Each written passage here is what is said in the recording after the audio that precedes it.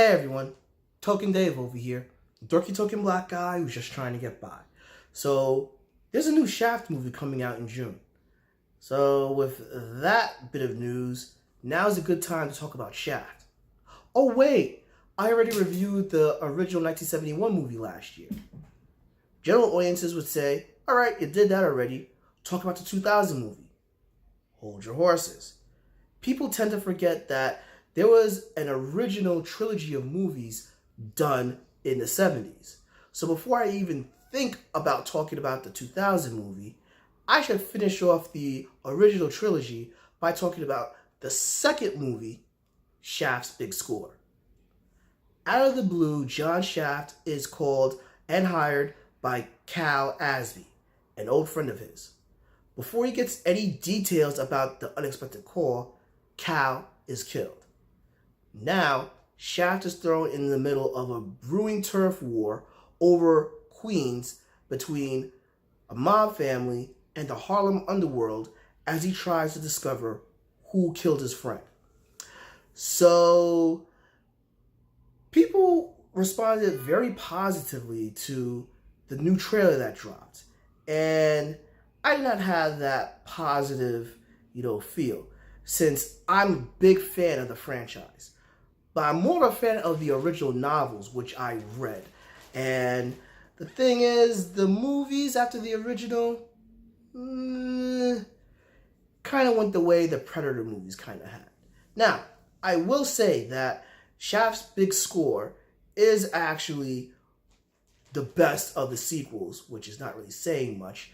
And it is also the last Shaft property that was actually adapted from the novel, right? Now, this movie is drastically different than the original. First and foremost, the Shaft theme that all of us know and love is nowhere in this movie. Yeah, apparently Isaac Hayes was not available to, do the music for this movie. I didn't do enough research into this, but, sounds kind of fishy, especially since even though he just won the Academy Award, you would think he would jump at the chance to work with Gordon Parks and Ernest Tidyman. By the way, Ernest Tidyman, the creator of Shaft, also the screenplay writer for A French Connection, an awesome, retro noir movie, I must say. Anyway, so yeah, there's that change right there. But there's another change of Shaft's Big Score. And the fact of the matter is, Shaft's Big Score is not the noir movie that the original Shaft was. See, people forget that Shaft is a private detective, and his movies and his whole world has the noir feel, of a detective going into various areas, doing groundwork, trying to figure out a case. And this movie really does away with that. And that's a negative detriment to this movie because, if you're trying to figure something out, you need some sense of mystery. And, you need a who, what, where, when, and why. And all of that is spelled out within the first 10 minutes of the movie, which is kind of a letdown, Another thing is, I went into detail, well, not detail, but I delve a little bit deeper into the blaxploitation craze that occurred thanks to the success of Shaft. Shaft's Big Score goes a little further in the blaxploitation area where Shaft is going against Caucasian people.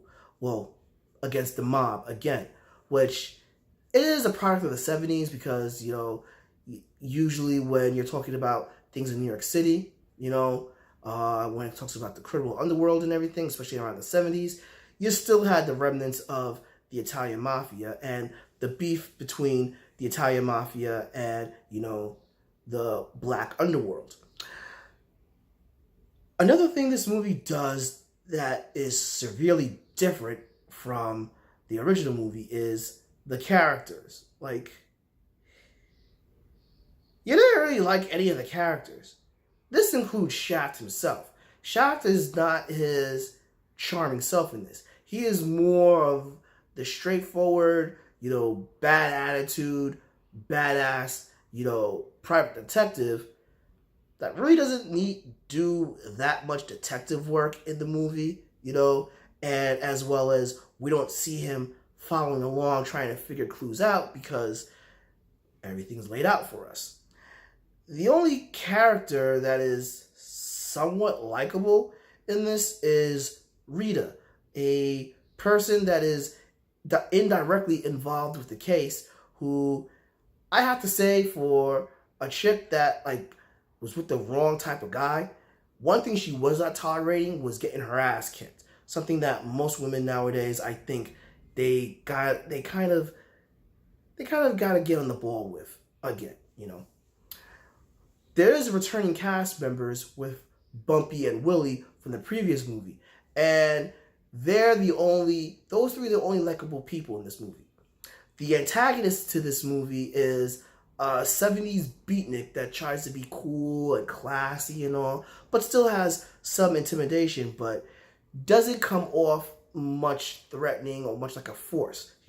We are told he's dangerous, we are told he has connections, but we don't really see it.